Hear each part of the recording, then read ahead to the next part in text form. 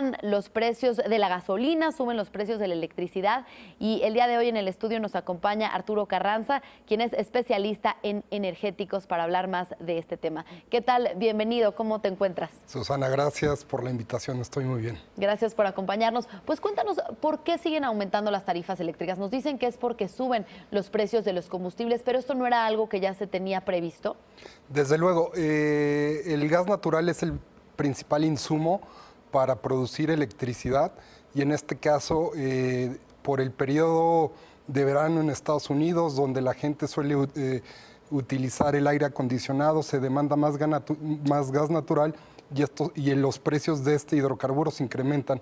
Y esto se refleja en el mercado mexicano, pero también hay que tomar en cuenta que para generar electricidad también se utilizan otros combustibles, como es el combustóleo, como es el diésel y principalmente el carbón. Y estos insumos son más caros y en un contexto de producción de gas natural que va a la baja, CFE tiene que racionalizar su consumo y tiene que dejar de consumir gas natural y transitar y consumir diésel, combustóleo y carbón. Entonces, digamos que esta es la nueva tendencia, precios de electricidad más altos.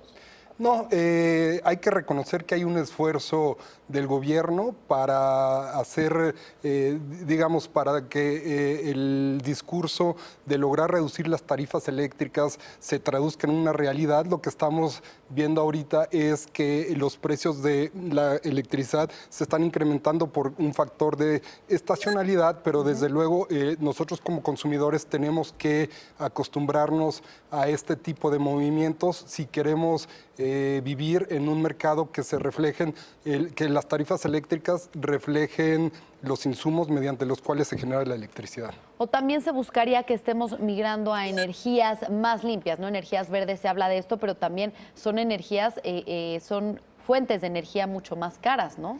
Sí, las energías limpias. Eólica, hidráulica. Desde luego, que incluyen la eólica y la solar, que ha tenido un despegue impresionante en los últimos años. Desde luego, son más caras a la hora de su generación, pero los costos de sus tecnologías se han reducido de manera considerable y el reto en todo caso es que en México y en Norteamérica se utilice más de esta energía limpia para generar electricidad. De hecho, la última reunión que tuvieron los presidentes de Norteamérica, México, Estados Unidos y Canadá se comprometieron a impulsar las energías eólicas, las energías renovables para poder generar electricidad. Estoy de acuerdo contigo, este es un reto que tiene el gobierno de México, sobre todo si pretende impulsar la reforma energética.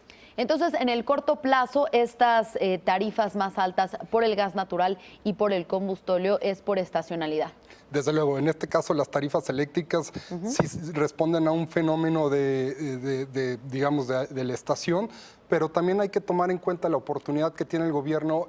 Susana, a mí me llama la atención, la sociedad desde luego está un poco inquieta por el aumento de las tarifas eléctricas. Molesta, sobre todo por las promesas, ¿no?, que se hicieron. Desde luego, el discurso principal del gobierno estuvo orientado a la reducción de las tarifas eléctricas, a la reducción de las gasolinas, y en este sentido lo que vemos nosotros es que el gobierno tiene una oportunidad de tomar otras decisiones que se vayan en línea con estas inquietudes para que ¿a qué me refiero en concreto? Que el gobierno tiene la oportunidad de tomar decisiones en el gasto público para ver que está en solidaridad con los consumidores, con la sociedad, puede hacer un ejercicio de eficiencia en el gasto para responder a este tipo de inquietudes. ¿Esto quiere decir subsidiar cierta parte de la electricidad? Se subsidia en los sectores residenciales, sobre todo en los menos protegidos, pero a lo que me refiero es si hay una inquietud de parte de la sociedad, el gobierno tiene que tomar acciones en solidaridad. Por ejemplo, reducir el gasto corriente en un contexto